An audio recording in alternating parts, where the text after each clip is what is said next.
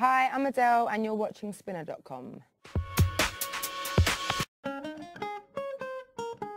was inspired by my last relationship, and it was sort of like my ex, when we broke up, he thought that I'd sort of crumble and fall apart. He thought that, you know, he could kind of dictate how I feel about it, and I was actually in a better position than he was. I'm going to be fine, I'm going to go and tour and be fine and hopefully do well, whereas I don't know what he's doing, but it's just kind of about that really, revenge.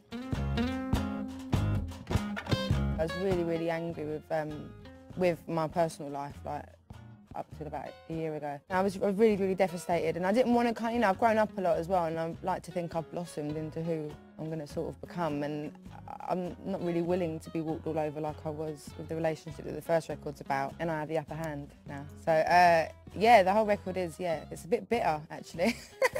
Yeah, rather than sad. So I've got a dog. Moved back in with my mum. I bought me and my mum a house. That's lovely, because I moved out for a while because I thought she wanted rid of me, but it turned out she didn't, and I fell apart without her. I'm quite good at staying grounded. I mean, if I kind of flew off with the fairies, my mum would disown me anyway. I surround myself with people that tell me no, not people that tell me yes all the time. I don't know. I don't really like the fame side of it. So, I mean, I don't want to go and drink Cristal or, you know, get bling. I'm very single, but I'm loving it. No one's ever going to love me as much as my dog loves me, so I'll probably be an old spinster and single forever. My career means more to me than anything else, and more to me than it ever has done so far. And when I'm in love, I'll always do that first before anything, and I want to be doing this.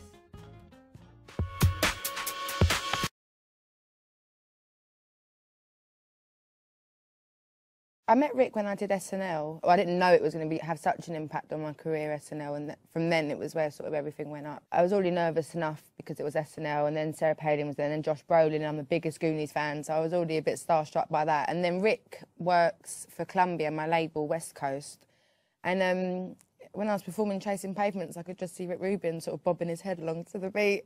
And then I met him there, and he was lovely. And then I met him at the Music Cares dinner a couple of nights before the Grammys in 2009, and I was by far the worst that night. I had a tampon on my finger because I'd pulled off my ghetto nail, and I had to put it on there so that I knew I had a bad finger. And I had a coat on because I was so nervous, I just wanted to go home afterwards. But Rick said it was best, but it wasn't. It was totally the worst. But we just bonded. And then when I won the Best New Artist Grammy, he said, let's try and win an album, Mum. Amazing work. The band he put together were insane, like Chris Dave and James Poyser, and like it was just amazing, the band that he put together. It's a lot of fun.